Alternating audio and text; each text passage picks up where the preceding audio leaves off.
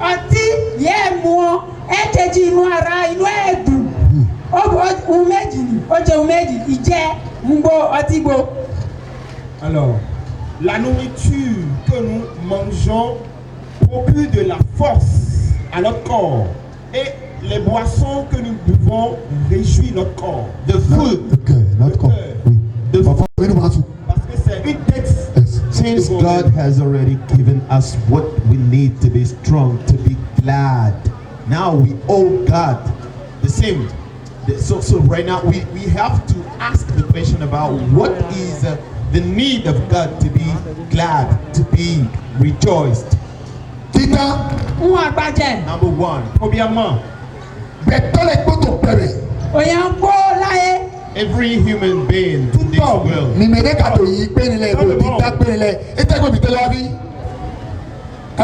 What are you looking for?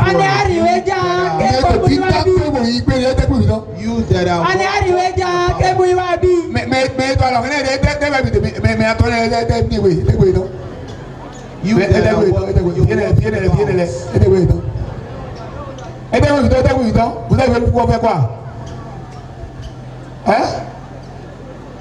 What are you here for? You that are walking about. Vous êtes venu pour faire quoi? Vous êtes venu pour se balader?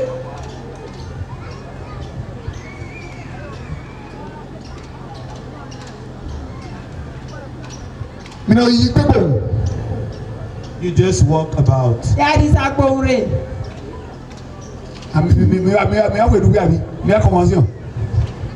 are here to feast, right? You are here for a convention, right?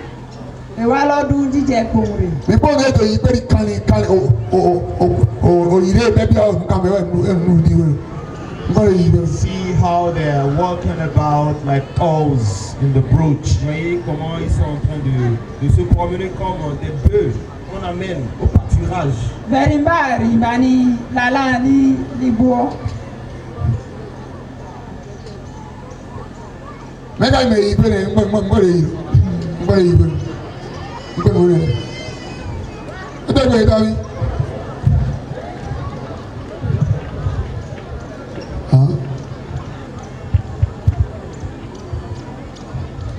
Talking to those who are walking about. What are you looking for? What are you here for?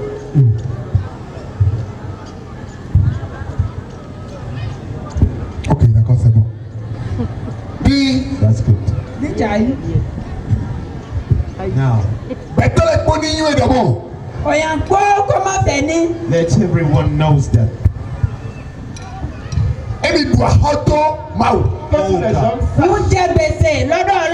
Debtor toward God. Débiteur envers Dieu.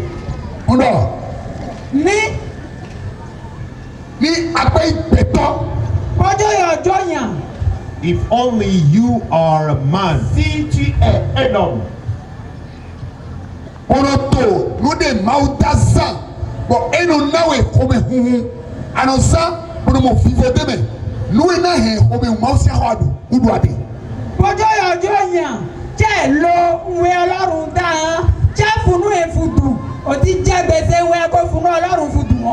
Alors, si tu es un homme et que tu utilises ce que Dieu a créé et cela t'apporte de la joie, ça veut dire que tu es débiteur. C'est pas la joie.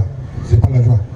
Cela est, tu utilises ce que Dieu a créé et cela te rend heureux. Merci. Heureux. Ça veut dire que tu es débiteur de cela envers Dieu. En retour, faites ce qui va rendre heureux. Le cœur de Dieu heureux. Yes. En retour. If you are a man using what God has created and you find it happy, you find yourself happy in it, then you owe God this thing he needs to be happy too. Now,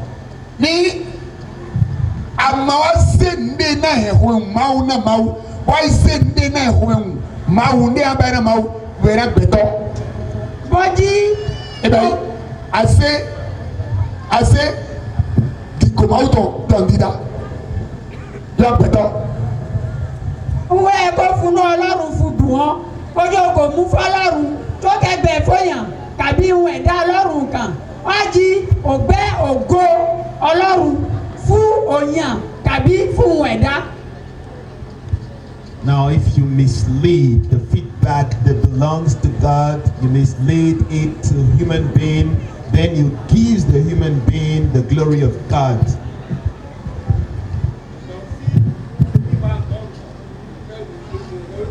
Ne lui rends pas et que tu vas rendre ça à l'homme. Ase ne ima uto. Don peto. Kabla ndida. À l'homme ou à une créature. Nous des amis te pemele ko meta to eta. Wọ́n á lò láyé ẹ̀ṣọ́ Ọlọ́run yọ̀ǹda ni. Everything we use in this world has been created by God, the Creator.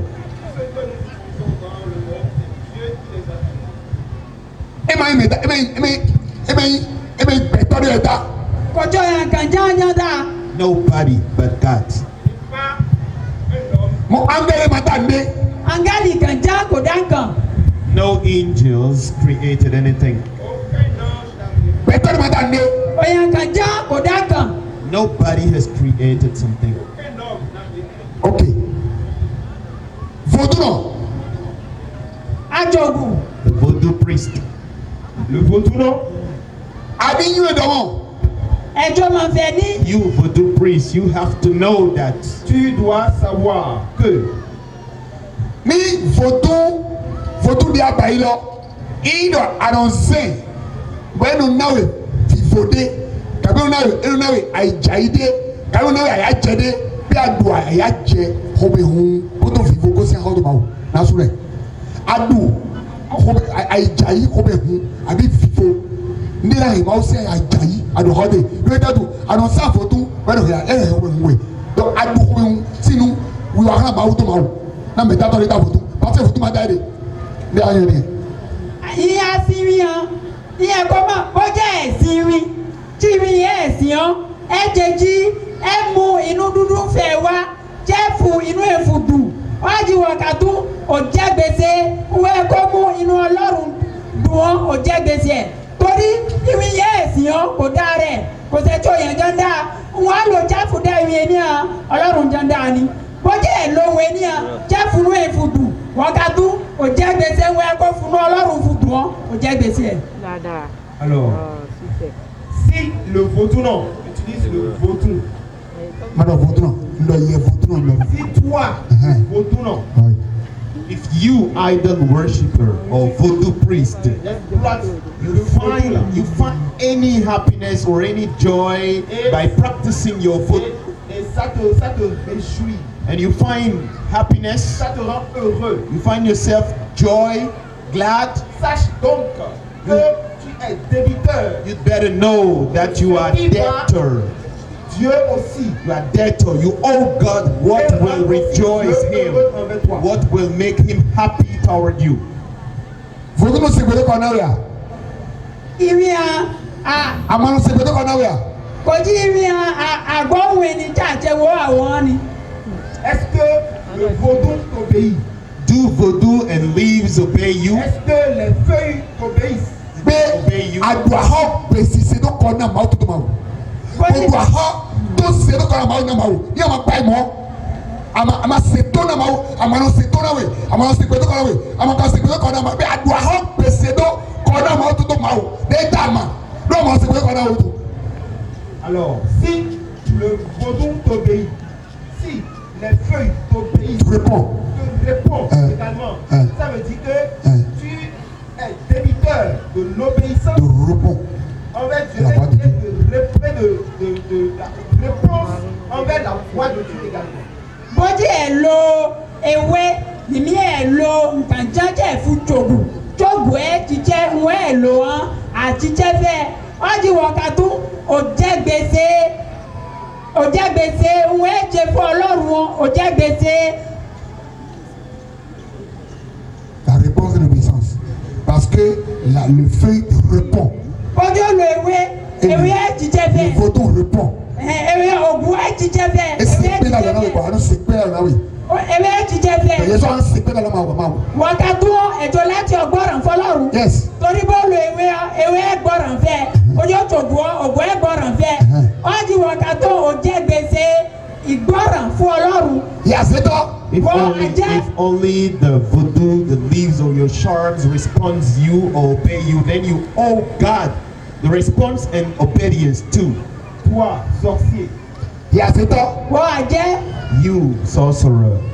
Ọ̀hẹ̀dí àwọn sálọ ẹ̀mẹ̀ báwo ẹ̀dá ọ̀hẹ̀ àwọn yọ̀ọ̀ hẹ̀ lọ bọ̀nọ̀ sọ̀nù yìí bọ̀nọ̀ sègbè bọ̀nọ̀ tọ̀mọ̀ ẹgbẹ́ bọ̀nọ̀ yìí bẹ̀tọ̀ sí gbìgbọ̀ anáwì kàbí àwọn sá àṣẹ àbí àwọn sá ńlẹ̀ òtún sọ̀ àṣọpọ̀ ẹ̀rù ṣètò tó kọ́nà wì àdùn àhọ́ tó ṣètò máa wò àdùn àhọ́ náà ṣètò náà máa wò àdùn àhọ́ máa wò náà sọ̀nù bá á yí nẹ̀ á sì ọ̀ máa wò ló ọ̀hẹ̀ lọ àwọn yọ̀ọ̀ ìpàkẹ́ lọ sí ọ̀wì bọ̀nọ̀ sọ̀ àṣọ yìí. wọ́n àjẹ́ yé ẹ̀gbẹ́ ẹyẹ tí ẹyẹ gbọ́ràn fẹ́ tí ẹ̀gbẹ́ wá jákè mú ẹ̀mí òyàn fẹ́ wá ẹyẹ ní àgbọ̀ràn fẹ́ wọ́n ti wọ̀ ká tó ti jẹ gbèsè mọ̀ ò jẹ gbèsè láti gbọ́ràn fún Ọlọ́run. láti ara ẹ̀ jẹ́. torí bójú Ọlọ́run ọbẹ̀ ẹni jẹ́ wọ́n ká tún ẹ̀tọ́ gbọ́ràn fún jẹ́ ìjíjẹ́ ọbẹ̀ ọ́. If only you call birds, you use birds or all, and you command them to bewitch people, and they obey. So you too, when God calls you, you have to obey Him. Je parle de Dieu qui a créé tout. Je ne parle pas de Dieu des peuples, ni de Dieu des religions. Non. Je parle de Dieu, le créateur de toutes les créatures ici, invisible, visible ici. Alors. wọ́n fẹ́lá Ọlọ́run yẹn dá ń gbọ́ Ọlọ́run yẹn dá nwe ojú kẹrin ngbọ̀nwe ojú ẹ̀rin àgbo Ọlọ́run yẹn dá ń gbọ́ ń dáhùn àfẹ́lá ni wọ́n àfẹ́lá Ọlọ́run ìsìnyàn níbí. Kàbí Dieu des peuples. Kàbí Ọlọ́run òyà wọ́n àfẹ́lá níbí. Je parle de Dieu des dieux. Wọ́n àfẹ́lá Ọlọ́run. Le Seigneur des seigneurs. Olúwa. Le roi des rois. Le roi des rois. Ọba àwọn ọba. Alors, si je parle du Dieu qui a créé. Here I'm talking about the God that has created everything, the gods of gods, Qui a créé les dieux. the Lord of lords. Le Seigneur des seigneurs. I'm not talking about the God of people Je ne parle pas du or Dieu the des God of peuples. nations, no. Ce Dieu qui a créé l'oiseau. This God that has created everything, the bird, the cat, Et il répond à ton appel. that you, the weasel, you call and you command.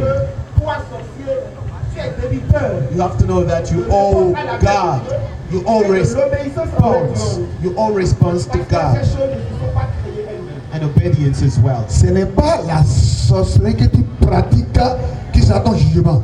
Kò tí àjẹ́ yóò àti ọ́ jẹ́ akamu Non. jẹ́ ẹlẹ́jọ́. Ce n'est pas ce que tu pratiques là qui sera ton jugement. Mais ton jugement est que tu pratiques la chose, tu prends la chose, tu commandes la chose. Et ça te répond. Mais toi, tu ne réponds pas au Créateur. C'est ça ton jugement. Ìdájọ́ ẹ̀ kò tí wọ́n àti ọ́ kò tí àjẹ́ yóò àsì ọ́ àmọ́ ìdájọ́ ẹ̀ ní wọ́n ẹ̀ kẹ́mu wọn jẹ́ èlò wọn tí àgbọ̀ràn fẹ́ àmọ́ wọn kò tọ́ gbọ̀ràn fún Ọlọ́run ló ibi ìdájọ́ ẹ̀ wà ní.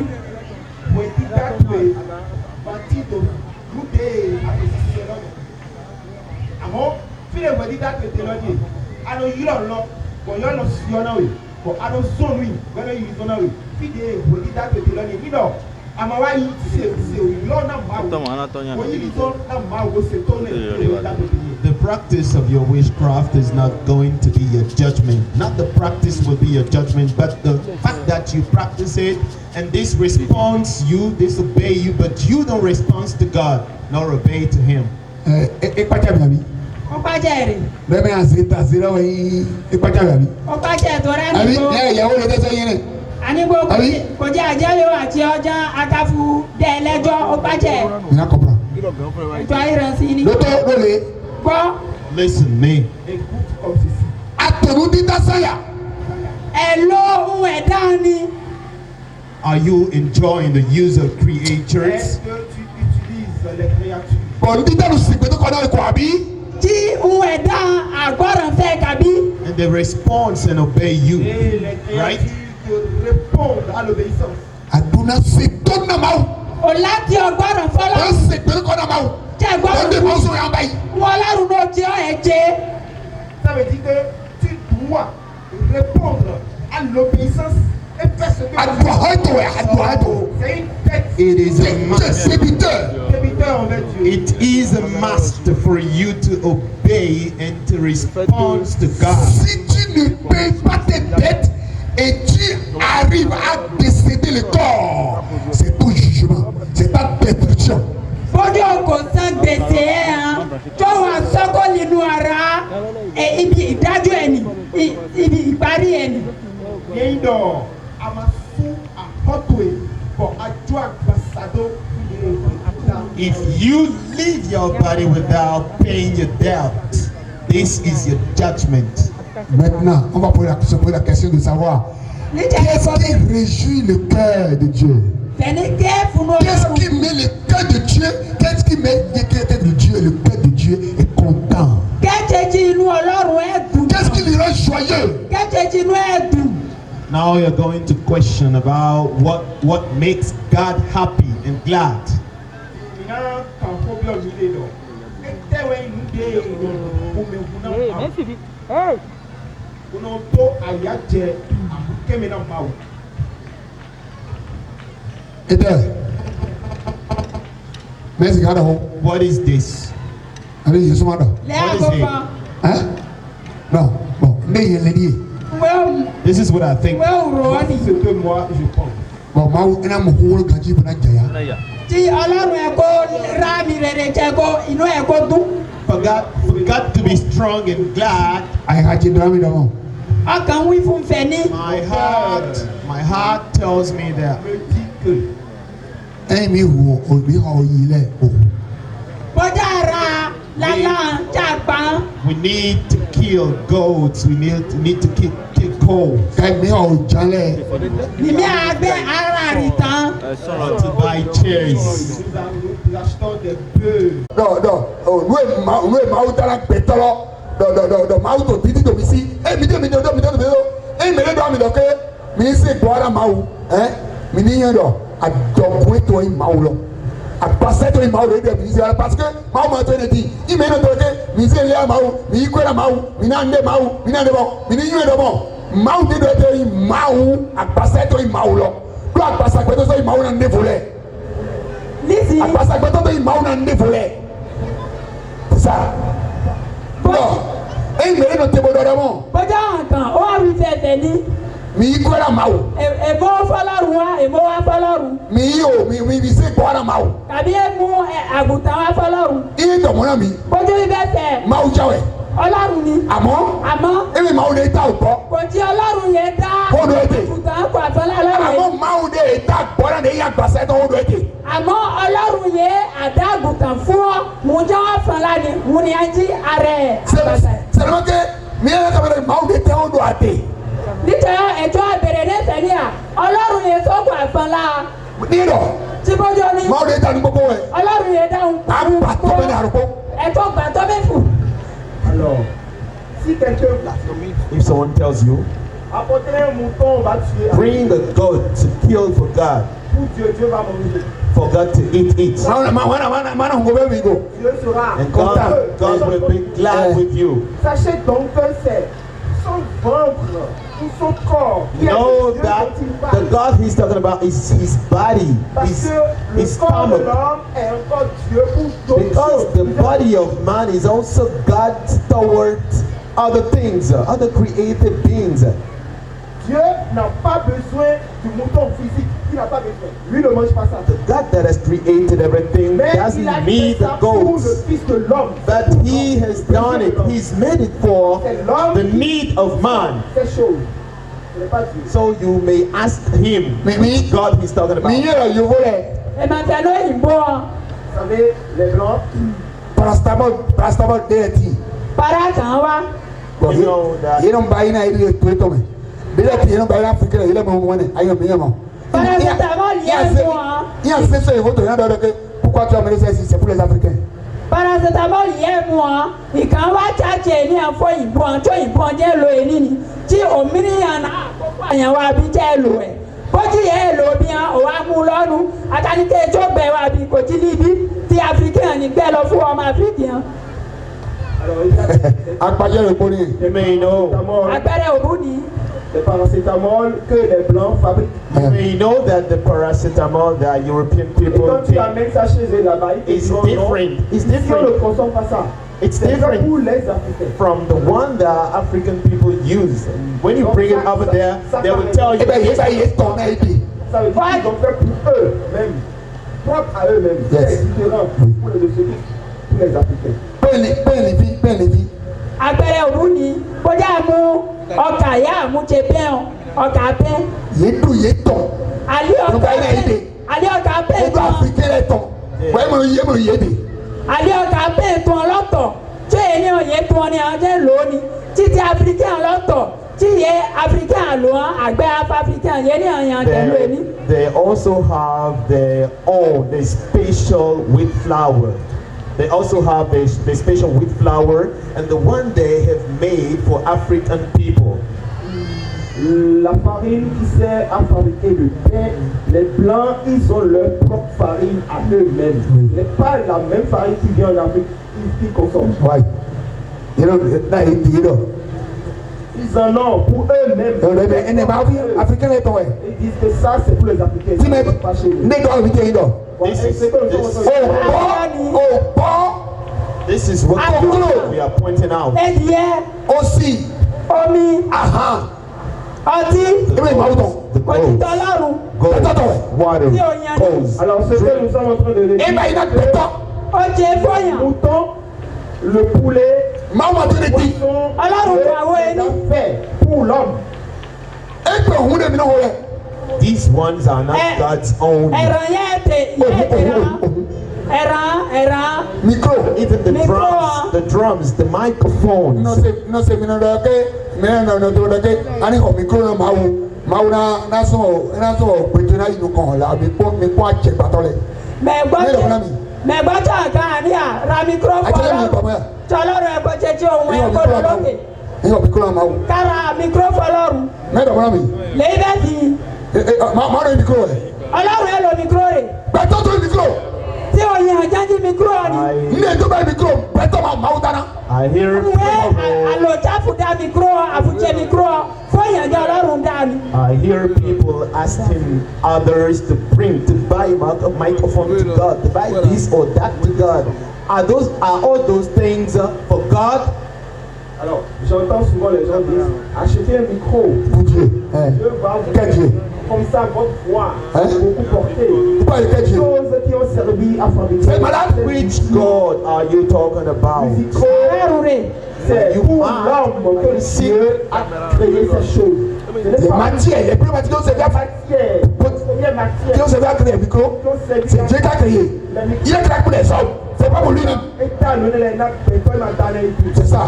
God has created the raw material that serves to create Donc, ne mélangeons pas les pédales. microphone for human ẹ máa beings, wúlú wọn not for himself. ẹ máa ro wọn pé ẹ máa ro kàrà wọn. L'esprit d'apostasie qui enseigne les gens, l'esprit qui mélange les choses qui sont dans le monde. Ne permettez jamais que cet esprit vous inspire ou vous anime.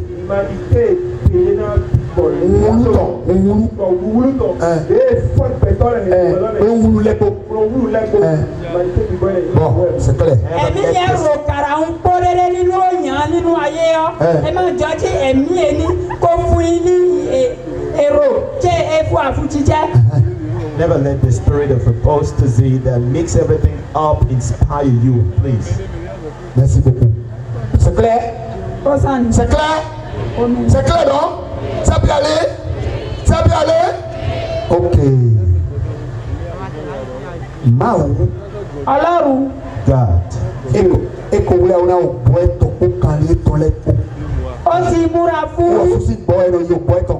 ó ti múra fún àgùntàn ń gbọ́ ẹ̀rìn gbọ́ ẹran rẹ̀ ni ẹran tẹ̀ ni God has already. Òyì kan tó kọ náà bọ́lọ́. tí ó mú okùn sílẹ̀ kẹ́ fún ẹran. He prepared already his goat, his own goat. vu son propre agneau.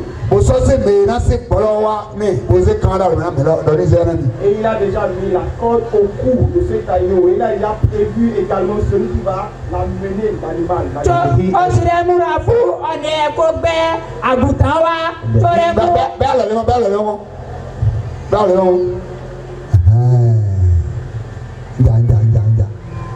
Do alọ́tse. ọwọ́ Do alọ́tse. My hand. Do alọ́tse. My hand. Do alọ́tse. Alọ́tse. ọwọ́ mi. Amen. My hand. Doto. Listen. Listen well. Ado alọ́tse abi. òní ọwọ́ mi tàbí. Ya. You say your hand. Mẹ́nu ẹ̀dọ̀ hó. lẹ́kọ̀ọ́ fan níbẹ̀ Mẹ́dọ̀ hó. lẹ́fà Now, Huh? who speaks?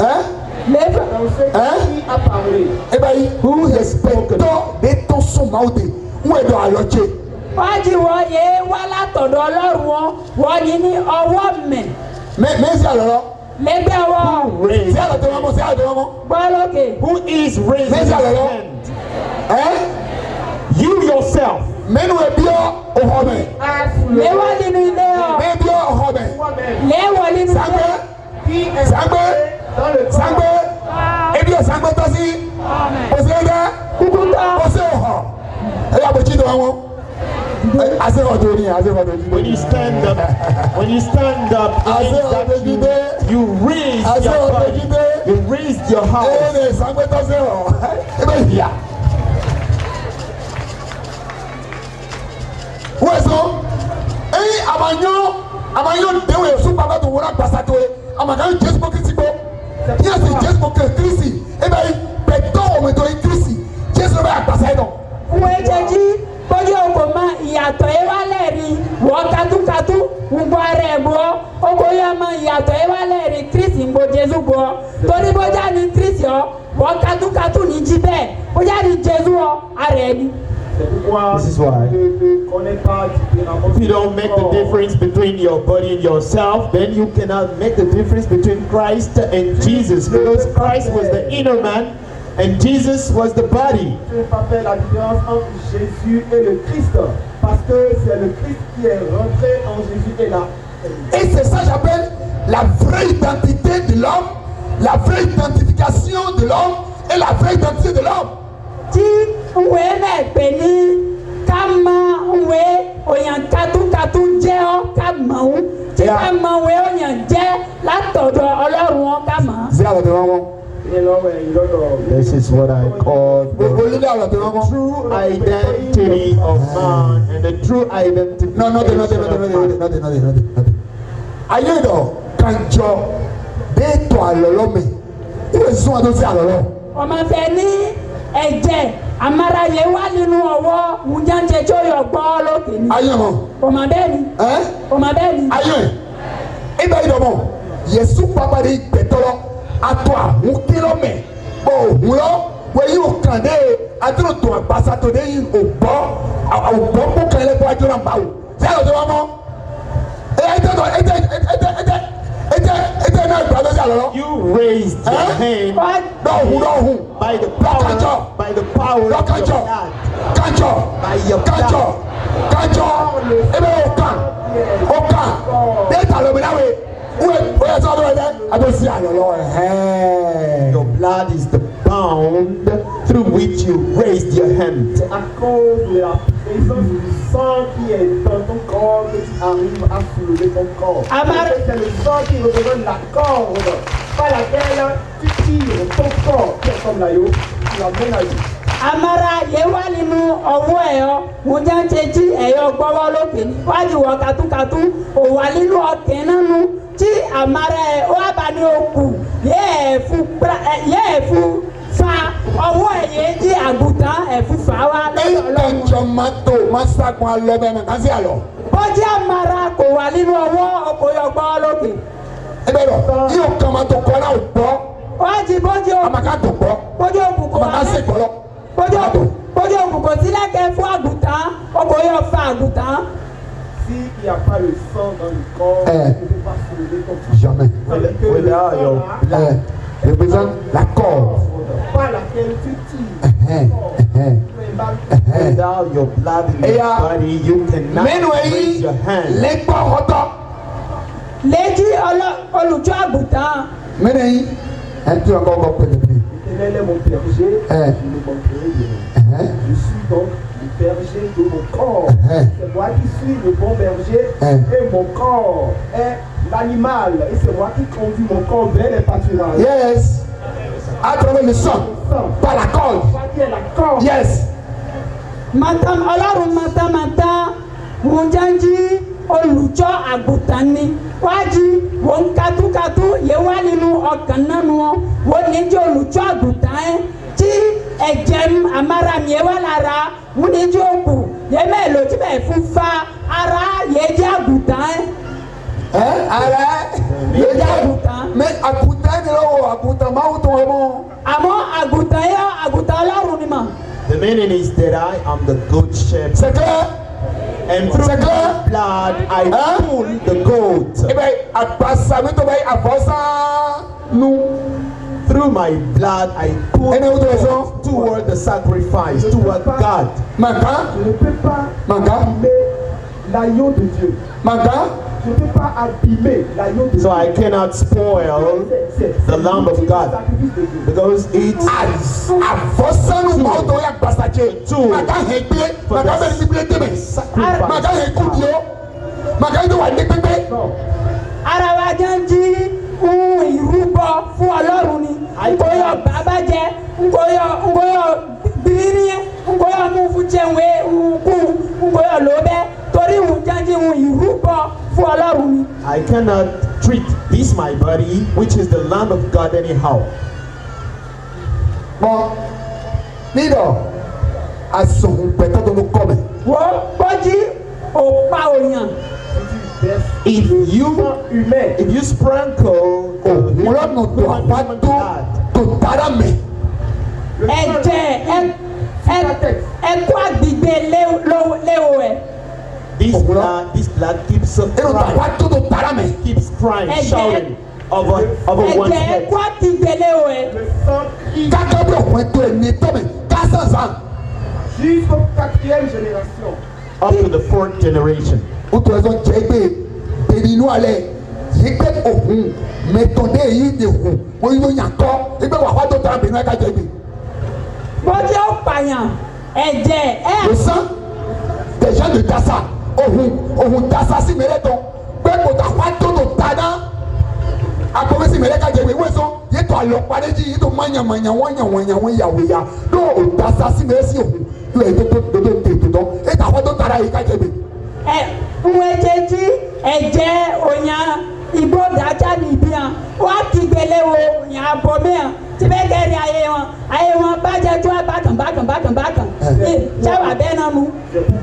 This is why C'est pourquoi le sang this is why up to now the blood of people, Dassa Eh. blood of Dassa people qui a été utilisé that was sprinkled Yé hu yé pọ̀n yé hu yé pọ̀n yí. to build houses in Abomey. Òun yìí wọ́n tó yàn kọ́dá ọdún họ. This blood ce sang crie is still shouting d'abommer over the heads of people in Abomey. Òpèmáwùtò náà hẹ̀ pèmáwùtò ó jẹ́ mi ìjà yìí tó pèmí tó mi àgbọ̀mí lẹ̀ pẹ̀lú pẹ̀lú tó jí tó mi jí ẹ bẹ pèmí mi tán. Yẹ́ yìí wẹ́wẹ́. ohun Ọlọ́run yéé bá ní ìyè Òpèmáwùtò náà hẹ̀ pèmáwùtò ó jẹ́ mi ìjà yìí tó pèmí tó mi. ohun Ọlọ́run yéé ìyè Ọlọ́run wà ní ọ mú jẹ́ yẹ kó mú ti láyé yìí Àgbọ̀mí lẹ́wọ̀ lọ́dẹ wọn. ìyè ọmọ àbọ̀mí ẹ̀. ìyẹn máa gbọ́ mi à ìyẹn kó gba ohun Ọlọ́run yéé bá ní ìyè Ọlọ́run ìyẹn kó mú ti láyé yìí ìtẹ́ná ìgbèyé ní ọ kó tán. I'm talking about people from Abomey. The only thing you can receive in your life is the voice of God that bears the life of God before you can silence those cries, those shouts. Mi gbọ́ fúnlẹ̀ tó tọ́ ẹ̀. Pourquoi Títẹ̀ báyìí ọmọ. S'adresse aux hommes. Ẹ báyìí àti àgbàtàbí kọ́ mi. Very good. C'est la voix de Dieu qui contient la vie de Dieu que vous allez recevoir en Yà bá lè ní àgbàtàbí ẹ báyìí. la voix de Ẹ Dieu báyìí dans le sang. ọ̀họ́rọ̀ ẹ báyìí. Àgbáyé mo bọ́ yé mi. Good. I hear it and I understand. Bọ́ ìbásàtúwé. Ààrẹ Wọ́n yí òkànyìn òfẹ́ òbọ́ òkànyìn lè tó pátápátá ìlú pọ́tọ̀ àbásàtúwé òfẹ́ tó àbásàtúwé múlẹ̀ tó tọ́mẹ́nà tó àbásàtúwé tọ́mẹ́nà ní tó àbásàtúwé ó tó ẹ sọ́bọ̀ àbásàtúwé tó ń jíró tọ́mẹ́nà lẹ́dọ̀ tán wàá tó múlẹ̀ wí produit n'adó nado engraissé comme la dernière vie. Ni mo te do yi nous disons nous avoir ça na mawo. Wo are mu ẹran wà ní, ẹyàn wà ní, àgùntàn wà ní, ẹja wà ní, ẹja wà lára ẹ̀ níbí, ń ẹjẹjí, ẹ̀kẹ́ mu ẹja yẹn wà lóde ọ, tó fufu ìjẹ̀fu ẹja yẹn wà nínú ẹ̀ níbí, kó fújì ń ìrúbọ fún Ọlọ́run. Wọ́n sọ àwọn wàkúrúsà tún mẹ́ ọkọ̀ tẹ́lẹ̀ mẹ́ ọkọ̀ wàkúrúsà bí. Ń ẹjẹjẹ. Ẹgbẹ́ mo tẹ gbẹ́ òjé. Ń ẹjẹjẹ ẹ̀pà gúrúùtù náà. Lọ́pọ̀ kẹ́kẹ́ sọ tọwọ́ pẹ́ ọ bí. Your body is the gathering of everything: goat, fish, bird. This is why you feel like having fish and eating it. Ẹgbẹ́ sọ ọgbọ́n gbogbo ẹgbẹ́ gbogbo ìkẹta wà tàṣà. Wọ́n mọ̀ sọ bẹ́ẹ̀ sọ dìbò ọjọ́ ọjọ́.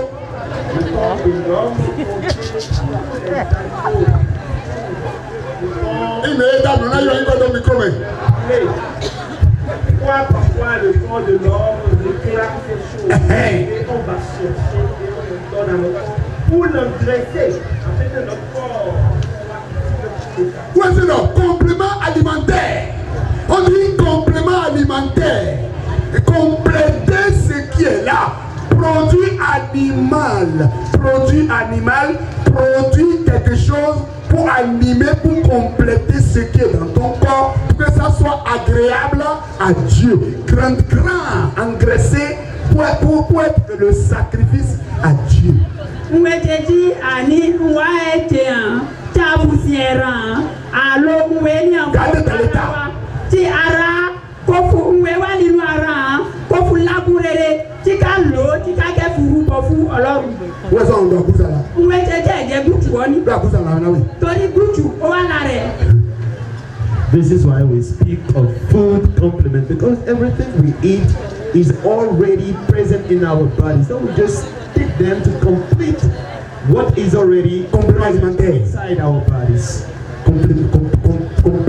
Food complement. C'est pourquoi? This is why Paul said, Mise abasabito.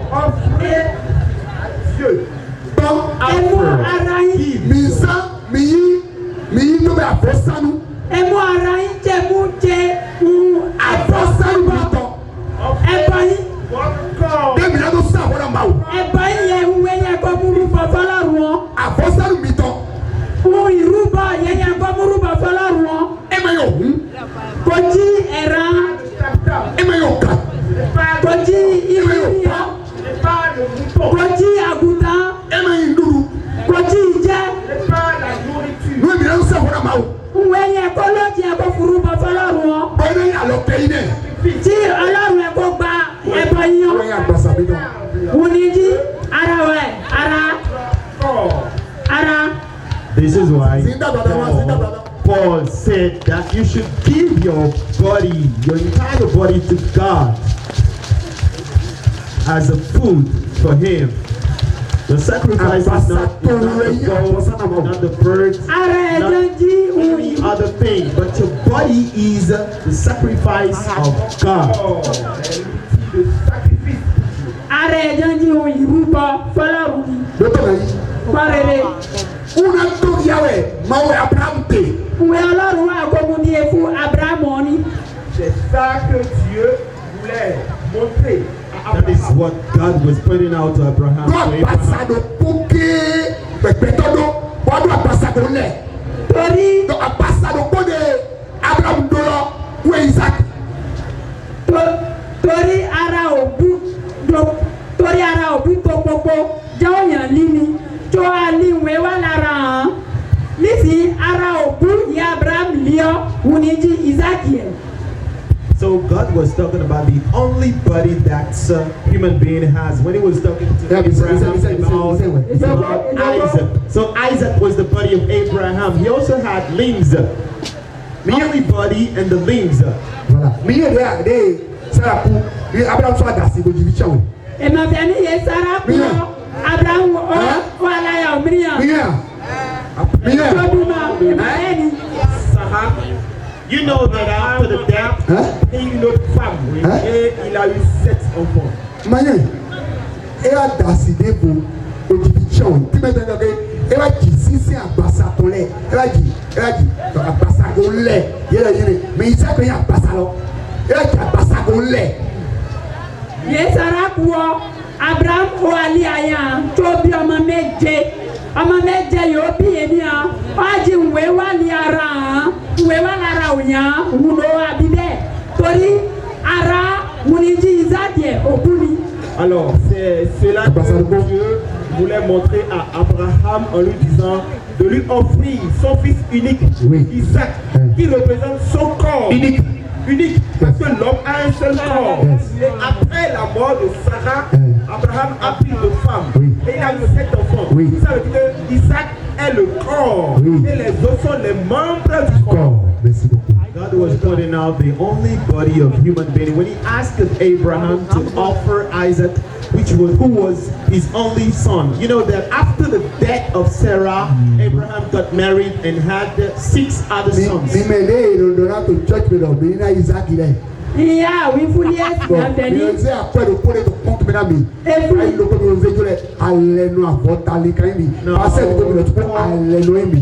Ẹ̀sáré di mina tọ̀ fọ bí ọ̀tà tó pàṣẹ àyè. You and your shepherd, you are foolish. You that are asked to bring your Isaac to God in the churches. Iya wi fuli lọ́sìn bẹ́ni èmu Isaac yìí wá jẹ́ẹ̀kẹ́ mu owó kù yóò ní ọ jẹ́ẹ̀kẹ́ mu wá àdìlẹ̀ òjẹ́ ni wọ́n ń gbó pàṣẹ ẹ̀gbọ́n àdìlẹ̀ òjẹ́ ni ní ẹ̀kọ́ wọ́n lọ́jà tàǹtọ̀ pàṣẹ.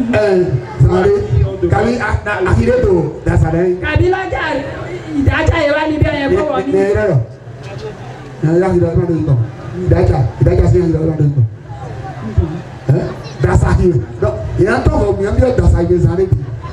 Ìyẹn kó kú jọjí ẹ̀ kó wọ́n lọ́jà ìdájà bẹ̀rẹ̀ sí. Vous à qui on demande à l'église d'offrir votre Isaac. Et vous allez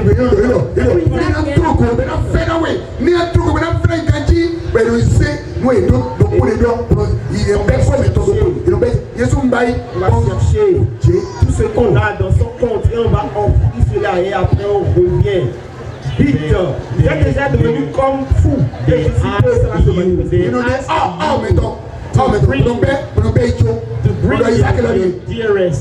wọ́n ká tó ti jẹ bẹ́ẹ̀ ni mẹ̀kẹ́yàn ti ká òyàn mẹ̀kẹ́yàn tí mẹ̀ gbẹ́jọ́ tí mẹ̀ ní Isaac mi. No igungun ta Ask you to bring your yéèsì dọ́gbanú kan mo jápọ̀ ẹ̀sán ayọ̀ ti bọ̀ òmàyàn má yẹ wọn ikú ẹ̀dùn náà máa wúlò. No igungun ta yéèsì dọ́gbanú kan mo jápọ̀ ẹ̀sán ayọ̀ ti bẹ̀ òmàyàn fàyè mọ ikú ẹ̀dùn náà máa wúlò. Náwó rábà ìdò ìmọ̀ ikú ẹ̀dùn ọ̀wìn gángbá. Bọ́jọ́ kò ní ìmọ̀ràn òyìn aká lo ìmọ̀ràn wọn tí a ká fún kó ohun ewá lọ́dọ̀ ẹ̀ ọkọ̀ dédé kò tí nǹkan yá fún tí Ọlọ́run kó báyàn là. Àmọ́ ta ló ń jẹ́ ayé? Àmọ́ ta ló ń là á fún wọn. Agbọ́dọ̀ ẹ̀wọ̀n. Sọ èpo. Dáwé rẹ̀ nọ. Ìmọ̀ ìpínlẹ̀ sọ èpo di pátápátá èpo. Olùgbé àkó àkàsẹ̀ ìpòsì. Mino jáwé ẹ̀mí tẹ̀ mọ́. Akimi tó ń sàlù kìrìkì bùtìkì tó ń sẹ̀gbẹ́lẹ̀ kó sẹ̀gbẹ́ dimanche mercredi vendredi 3 jours par semaine. Ọjà yẹn sàré. Akọ́ ẹ̀dẹ̀ ìlú mọ̀ church náà. Gbàmẹ́ta lọ́sìn òbú. Bíbẹ́ ti gbọ́dọ̀ church bọ́. Bíbẹ́ tẹ church yẹn ti tẹ̀lé ọmọ pẹ́. Bíbẹ́ tẹ agbára ọ̀dọ́. Ọjà mú àmọ̀tíyàn ọ̀nà èyí ti bẹ́ẹ̀ tìyàn. Church ló sọ èpo àmọ́ èpo wà ní. Ń gbọ́ ẹ̀sìn yá ṣiṣẹ́ àgbo ní ẹgbẹ́ nítẹ́ni ẹ̀sìn yá àyà àkọ́wọ́ tí akari bìlẹ̀ tiẹ̀ níyà. Ebe dɔrɔn yɛ sɔn ŋun tigɛ gbɛ ese wo ma do poste de gbɛgbɛ kɛ n'a sɔrɔ non moi ici là c'est école c'est l'école. Oyè máa fẹ́ ní gbogbo nǹkan tó on doit manger on doit manger gratuitement on les pas donné gratuitement c'est comme ça donc oui c'est ça bon il y a pas de dos. Oyè kan àmúwẹ̀ mara ránṣẹ́ṣẹ́ do tí àmọ̀tẹ́ ní gbogbo bùtíkì bá ní ẹ̀sìn ni tí ni wù ibi ọ ẹ̀fọ́ ọmọ níjẹ lápò akẹgbàkan lọ́wọ́ ẹ̀rẹ̀ wí ìyẹn Ọlọ́run fún àgbà lọ́wọ́ tá ààrẹ lọ. Àbí wọ́n àjẹ́. Òye bẹ́ẹ̀ ni. a de quoi y hein? Ni na ti se bolo ire. Mais n'est pas pire. A Jiska de to plein a Jiska me. Hein? Pepe a Jiska. You don't know club de plein on pejo. Ta na do ata na wa bi de ba ipe bi. En po na wa bi de plein parce que il do question to me question bi de e no wa da bi na to lo. Mi na bi pe jo no wa da bi na to lo ma mi de chuma ngadu. Do le kere. Ta lo wa na. Bọ́jí ọ̀yàn kan wá lè rí ìjà jọ̀wọ́. Mo wá wí fún. Mi ò jọ ní mi jọ̀wọ́ mo rẹ̀ kí mi ayé tẹ̀lé jo ilé ìjà tọrọ lọ. Mi jọ wà dùn. Bẹ̀bẹ̀ ní kò tí lọ́dọ́jọ́ yẹn kó jẹun. Torí ìyẹn kó àti ìsàn òkúta ló torí aga láti ọ̀tọ̀ ìlú ọ̀jẹ̀. Dọ́rẹ́ lọ kó lọ tó ń dàbọ̀ lọ ìjọ àwọn bẹ̀rẹ̀ lọ. Yẹ dọ́wọ́ lọ́dọ̀ yẹn ló tẹ́kọ̀ọ́ dẹ̀ wá jẹ́ ọlọ́jọ́ mi lọ́wọ́. Mẹ́rin. Número. ¿Eh? ¿Ya? Mamá Brenda. Mamá Brenda, yo.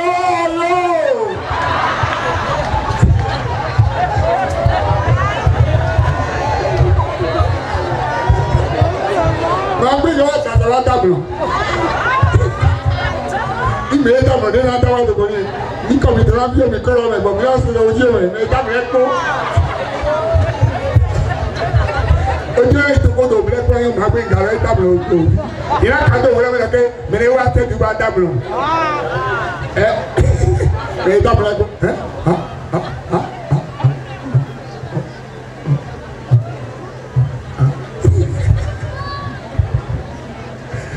máa gbé ìgbà á gbé àmì ọ̀gá fi rẹ̀ merci beaucoup. So before we were talking about the stupid brothers that collect that gives offerings and tithes in churches. We think they are really stupid, and the song we sang before was for them. And talking about the churches will soon start paying taxes. Because the president has already come for them. They will pay the taxes because their company makes a lot of profit. I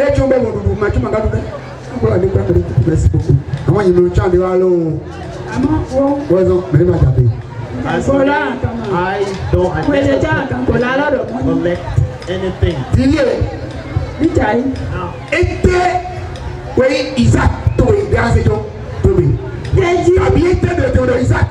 Kẹ́jí Isaac yẹ mú jọ kàbí káàkó pé ní Isaac. What is meant by Isaac? Alors, quel est ton Isaac que tu vas donner aujourd'hui? Isaac. What would they be? Bọ́jà àkókò Isaac.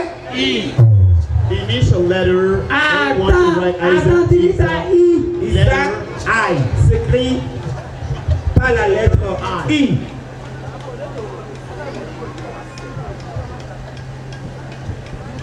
Àwọn yìí lọ. Straight like this.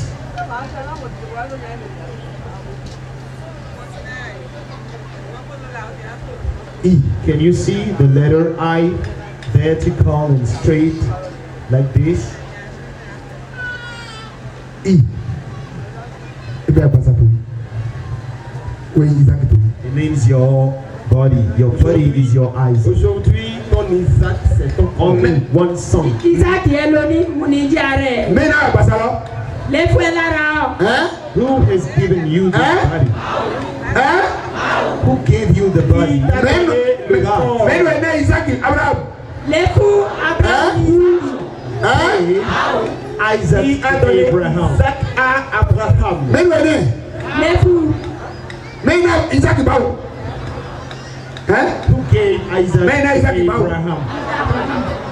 Mẹ́nu Isaac báwo? God. A donné. Who gave Isaac to Abraham? Nobody but God. No, mẹ́nu Isaac báwo yà? Mẹ́nu Isaac báwo? No, mẹ́nu Isaac báwo yà? Abraham ẹ̀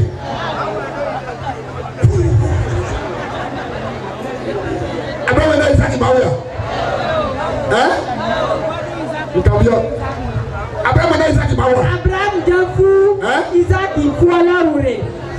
Ẹ máa ní. Kò fún. Ẹ bẹ́ẹ̀ láyé. Kò jẹ.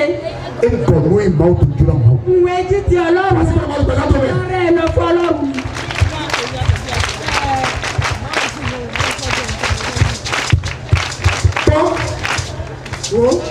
Lóyìn bá tó dà sí òye. Ìwé títí Ọlọ́run ó wálẹ̀. Ṣẹ́gbẹ̀ fún.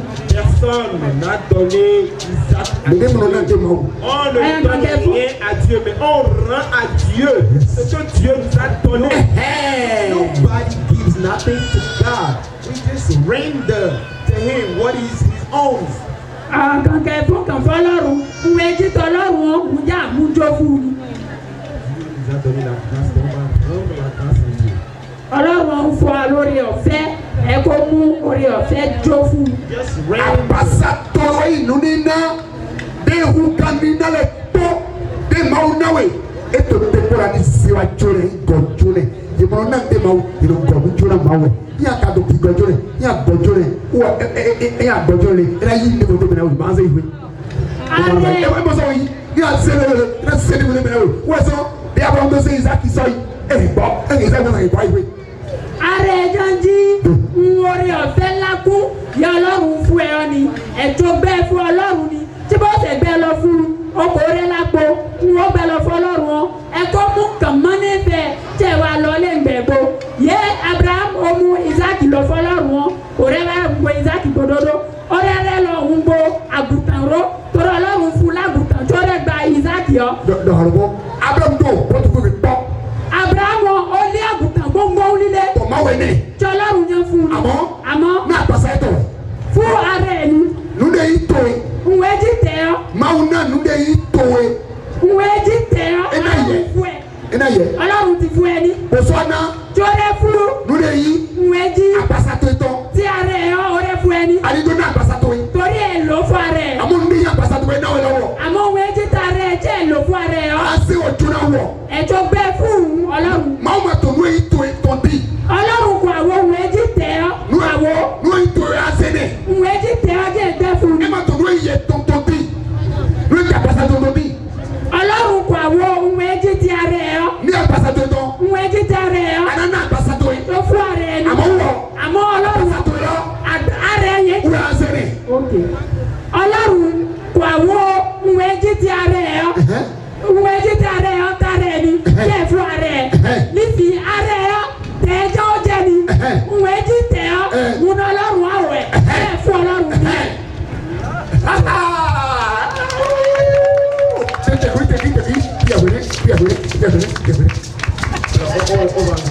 Le corps de l'homme, the body of human being, est le plus grand don précieux. Yes, the most precious gift that has been given to man by À God. ce corps, Dieu a encore donné des choses. And to this body, God has given some things. Maintenant, Dieu ne veut pas les choses qu'il a données à ton corps. God is now looking for the things He has given to your body. Les choses qu'il a fait pour ton corps, c'est pour ton corps. The things that have been made for your body Ton are corps, for your body. toi-même, il a fait le corps. But the body has been made for you yourself. C'est ce que Dieu te réclame. And now what God is asking Et for tu vas you, lui rendre ce qu'il a donné à toi-même, qui est ton corps.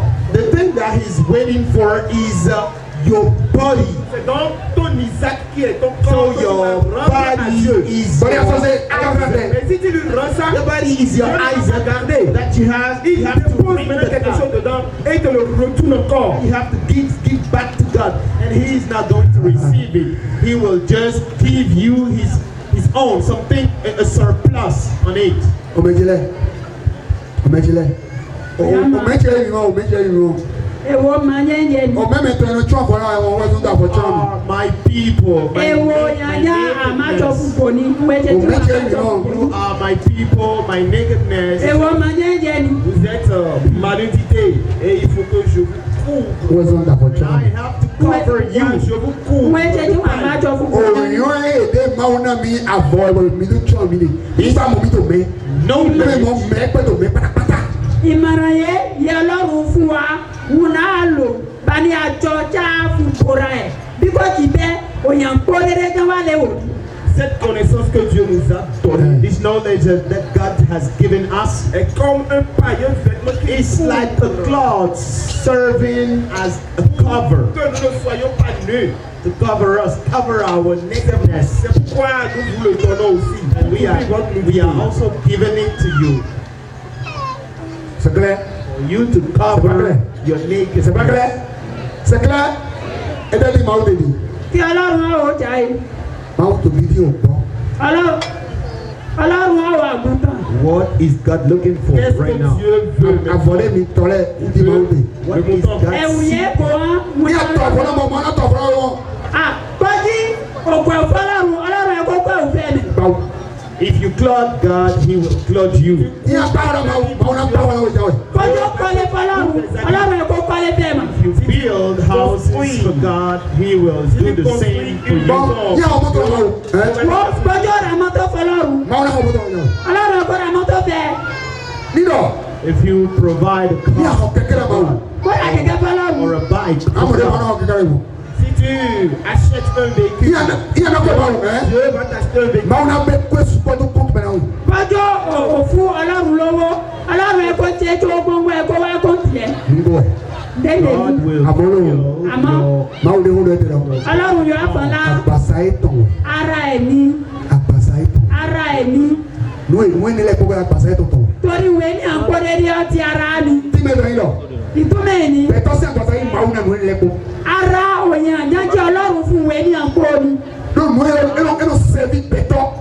E no servi beto se agbasa we. Torí ìwé ní àǹkódédé àti ara òyìn. Afọ. Àjọ E no se beto na agbasa we. ẹ̀sìn ara òyìn ni. Akwe. Owó E no wa e no servi beto we.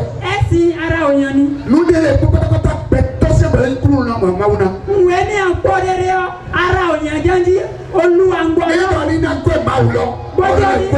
Bọ́jí ògbọ́fẹ́ ni ká fún owó fún Ọlọ́run tí Ọlọ́run ẹ̀kọ́ fún lọ́wọ́. Bí ẹ̀rọ máa ń fi tẹ́ ọ yá. Bèrè nẹ́ẹ̀sẹ̀ ní Ọlọ́run yé sínú. Ló máa ń rẹ̀ ṣùgbọ́n. Torí Ọlọ́run à ń gbọ́. Àgbàsá yìí máa ń ná àyíbá. Ara ọjí Ọlọ́run fún ilẹ̀. Bẹ̀tọ̀ òbí tó yìí máa ń ná àgbàsá. Òyìn inú ọjí Ọlọ́run fún ara. Máa ń máa ń ná bẹ̀tọ̀ òbí tó. Ọlọ́run jí Ọlọ́run fún òyìn inú. Bẹ̀tọ̀ òbí tó. Ọlọ́run ètò àfọlá. Ok. Alors, quand on parle de l'argent, c'est le serviteur du corps de l'homme. Yes. When we speak about money, money is a servant, Les servant of the body of human beings. sont les serviteurs du corps de l'homme. So are the clothes, Les motos, les véhicules sont les bikes, serviteurs cars, du corps all de l'homme. those things.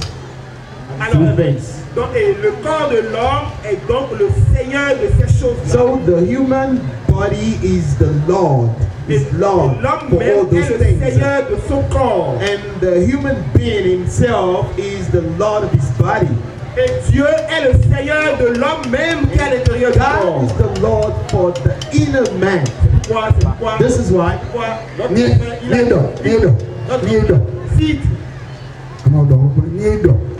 see if someone says si il dit, to give something donnez à Dieu, to God, for God to give back clothes, money, house, buy cars, Òfẹ́ l'argent, ní ẹ̀dọ̀ mú. si ça ask that person. Màá sọ kàdé bí ọ̀run.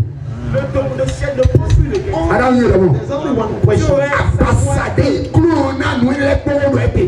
C'est le corps qui est Seigneur de toutes ces choses, c'est de ce corps qui parle. And you may wrap up and recognize that he's talking about his body. That is the Lord of everything. Owó dọ̀ ẹ̀dẹ̀. Tó ẹ̀mí màá wọlé ta lẹ́kọ̀ọ́. Donc ce n'est pas le He's Dieu qui not a créé. talking Ní ẹ̀dọ̀, ní ẹ̀dọ̀, ní ẹ̀dọ̀. Màá wọlé ta lẹ́kọ̀ọ́. Bá tó bẹ̀rẹ̀ àrùkọ́. Bọ́jọ́ ní gbo Ọlọ́run yẹn dáhùn gbọ́ kò tó mẹ́fù. Just like him. Just like him. It means that it is the God of everything. S'il dit c'est le Dieu qui a créé toutes choses, Àwọn abúlé yẹn o. Àwọn abúlé yẹn o. Ẹ ìgbà tó náà pàṣẹ. Ẹ á tó gbogbo ìyẹn adé o. Bọ́jọ́ Àyíká ìfúnẹ́ ni ẹ̀dẹ̀ mi ìgbà tó ní. ò tó mẹ́fù pàṣẹ. Ìyẹn abúlé yẹn o. Àyíká tó ní ọkà mi. Bọ́jọ́ ò tó mẹ́fù pàṣẹ kan kò sí ní mọ̀. Tó bẹ̀rẹ̀ náà gbàlẹ́ yẹn tó ní dọ́kẹ́ iṣu tó tó máa ṣe kó tó búlò tó bẹ̀rẹ̀ ní ọmọ. Ò tó mẹ́ ẹ wò fún ọmọ nìyí ẹjọ́ tí etí ẹjọ́ máa gbọ́ ìyó àwíyọ. àbí àtúrọ̀ ìdí. kàbí ẹ̀sọ́ kò bó wa. wọ́n sọ Paul àyà lọ́wọ́ rẹ̀ bẹ́ẹ̀ dókè má dọ̀jọ̀ rẹ̀. Hallelujah. lé tùmọ̀lẹ́ rẹ̀ yẹn ló dókè má yẹn àṣẹ wọn àti wọn yẹn tó.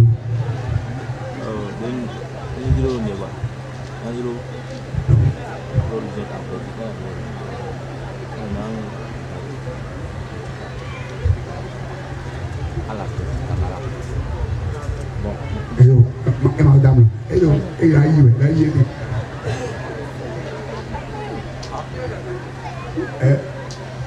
It's a ball. Na se wo. Na you ready now? Serviteur agbasa to don. OK, d'accord. Ouais ça. Bíbọ̀ Christ ko Paul me do. C'est pourquoi l'esprit de Christ à travers le frère Paul. Nous les pomi to ma. Uwe jeji ẹ̀mí Kristi ó gbá lára Paul jórí. Nous les pomi to ma. Kọ́dẹ́rẹ́ ọtí ni. Through Paul, the Spirit of Christ said, everything belongs to you and you belong to Christ. Nkọ́dẹ́rẹ́ God. Nkọ́dẹ́rẹ́ jí ti tíyẹn èdè ti Kristi tí Kristi jí tọ́lárun. C'est pourquoi l'esprit de Christ à travers le frère Paul dit toutes choses sont à vous. Vous êtes à Christ et le Christ est pour Dieu. Fájọ ẹ̀mẹ́lóní. Lẹ́kọ̀ọ́ yìí tán. Nkọ́ jí ti. Everything, Lẹ́kọ̀ọ́ yà pàṣẹ mi tọ́tọ́. Fájọ nkọ́dẹ́rẹ́ jí ti ara yín. everything belongs to your body. Toutes choses sont pour votre corps. Wà pàṣẹ mi tán. Maintenant, il y a votre corps en retour. Èyí ti gbọ́dọ̀ tọ̀ lù tán. Ara yín ọjí ti ẹ̀mí yẹn wà nú ẹ̀ nánu. Bọ̀ pípẹ́ yìí máa tọ̀. Tí ẹ̀mí ẹni ọjí ti Ọlọ́run. Your body belongs to your spirit and your spirit to God. Votre corps est pour l'esprit là-bas et l'esprit est pour Dieu. Est-ce qu'on est là? Wà bẹ́ẹ̀ On est ni. là? Ça peut aller? Wà bẹ́ẹ̀ ni. Ẹ bóyá wọn tó. C'était juste pour dire, il disait, c'est notre grand frère Jésus qui disait, la vie ne vaut-elle pas plus que le corps? Le corps ne vaut-il pas plus que la nourriture? Wọ́n sọ Jésù lọ. Ẹ lọ pé òpè máa hu àgbàsà. Uwe jeji Jésù wífẹ́ ni ayé Òpè Jesus said, máa hu àgbàsà yà. iye kò pọ́jú owó péré. Wọ́n ìkúrò ká àgbàsà tó yìí. Iye kò pọ́jú owó péré ìjẹ́ ọ̀rì. Pọ́jú wà láyé ọba ni kò pẹ́jú owó yọ Qui est péré. là-bas est plus grand. Jesus said, Àgbàsà ló ń ká àvọ́pọ̀ lùdùkọ́. life is greater than the body and the body is greater than the clothes and food. Tí ara ọlágún péré jẹ́ ẹ̀wọ̀n mú. Écoute, listen. Gbọ́. Àwọn bílá ìmọ̀lẹ́wò rẹ̀ ẹni tó mọ̀ tẹ̀ mọ̀ pé àbí. You fast and pray for money, right? Alẹ́ tó yìí. Ẹgbàá torí owó kàbí. Ẹlẹ́yìn bọ̀dáwé tó dàtọ̀ báyìí bẹ̀. Alors tu Àgbọ̀lá ìmọ̀lẹ́wò rẹ̀ ẹni tó mọ̀ tẹ̀ mọ̀ pé àbí. tu jeûnes. Tutu mẹ́lẹ́ tí tó fi di ẹ̀yìn àjọ tó máa bẹ̀ yìí fúlẹ̀ tó mẹ́mẹ́ bẹ̀ tó tọ́jú wa ọ̀rọ̀ yẹ kẹ́ yẹn ní abúlé àbọ̀wọ̀ rẹ̀ ẹ̀mí ní kàmí ọmọ àwọn àjọ yìí lóyìn. Wọ́n wá bí kí ẹ gbàdúrà kí ẹ gbàwẹ̀ torí owó. Àwọn abúlé àbọ̀wọ̀ rẹ̀. Àdìlẹ̀ kó wá lọ́kẹ́ You'll find yourself in the market before you get rid of your madness. Àpò yẹn àgbàsà tó tọ̀ wọn bílá náà. Fún etí tí a rẹ̀ ọ́, ẹjọ́ gbàwẹ̀ fún rẹ̀. Choses qui sont pour ton corps. You fast for the things that belongs to your body, Àbọ̀ right? Bẹ́ẹ̀rẹ̀, àbọ̀ Is that it? ẹ̀bẹ̀ àtúrò church mẹ́mẹ́ church máa tọrọ yẹ mẹ́. wájú òsọ́kọ́ lámísà, àmọ́ àmísà kò sọ́kọ́ Means òru. that you left the churches doesn't leave you. Tu as quitté la religion, mais la religion n'a pas quitté en toi. Àbọ̀ Àjọ Le vêtement, lùlù rẹ̀ kò tí ìwẹ̀ kò Jésù wá. existait avant l'arrivée de Jésus. ìjẹ́ ọ̀gbọ́n, àjọ ọ̀gbọ́n, Àbọ̀ mi tọ̀ rẹ̀ kò tí ìwẹ̀ kò Jésù wá. àjọ wa ti wà ìtàn Jésù kó wa. Kẹ̀kẹ́ rẹ̀ And the clothes, kẹ̀kẹ́ rẹ̀ kò tí ìwẹ̀ kò Jésù wá. bikes existed Kẹ̀kẹ́ before àǹfọ̀dẹ́rẹ́ ti Jesus wà came. ìtàn Jésù kó wa. Òpinrẹ̀ kò tí ìwẹ̀ kò Jésù wá. Ilé ẹ̀ ti wà ìtàn Jésù kó wa. All those houses and all those things existed before Jesus came. Bẹ́tọ̀ sùpọ̀ ti di bọ̀ ló ẹ máa dún àgbàsá sí ilé wutu ẹ sọ ma gbọ̀ ọ̀dọ̀ pé òwúrọ̀ máa mi tẹ nu ẹ kàn ẹgbẹ bá ọyà mi sọ wọn à mi tẹ. àgbọ̀ngbọ̀n wà jà ẹ́ jí torí kò rí ohun ara ẹ̀ ní àǹtí kò fún lọ́wọ́. àmàlà òyà tó ìtàn ẹgbẹ́ sọ wà á tọ̀ rẹ̀. ọjọ́ ìyàn jẹ́ni à ìyìn ènìyàn ẹ̀bọ̀ wàá tù ẹ̀ wọ́n kò mọ̀ tẹ̀lé ìyá wọn ó ti nínú rẹ̀ títí tó a bọ́ sí lára ẹ̀. À cause des choses qui ont utilisé ils ont renié la foi, ils ont renié la parole. Many people got they got discouraged and they ran away from the word of God for want of those things: money, houses, clothes, cars, and all those things. Listen, listen. Bẹ́ẹ̀ kọ́mẹ́tìrì àfihàn bẹ́ẹ̀ kọ́mẹ́tìrì àfihàn bẹ́ẹ̀ kọ́mẹ́tìrì ètè sí yẹrẹ mọ́tà pàṣẹ tó. àjẹhẹ́ bọ́tò máa bí tọ́mẹ̀ amadolu ẹ̀ máa tó tàbí àjẹhẹ́ tó bí tọ́mẹ̀ wọ́n á dún àpàtà sínú fíjàdé. mo á tẹ̀ nínú ọ bẹ́ẹ̀ jẹ́ kó fún hàn lóde ni bọ́jú nínú ẹ̀ nánu òtìyà tókòlì kan bẹ́ẹ̀ ìyá jẹ́ kó abọ́ lóde ni. The outer expresses the inner. So you are inside, poor inside, then you also pour outside. Alors tu es pauvre en matière de ce par quoi Dieu a créé toutes choses. Jusqu'à ce que cela s'est manifesté. Où est-ce que tu veux aller? Tu veux aller où? Maintenant. Notre grand frère Jean a dit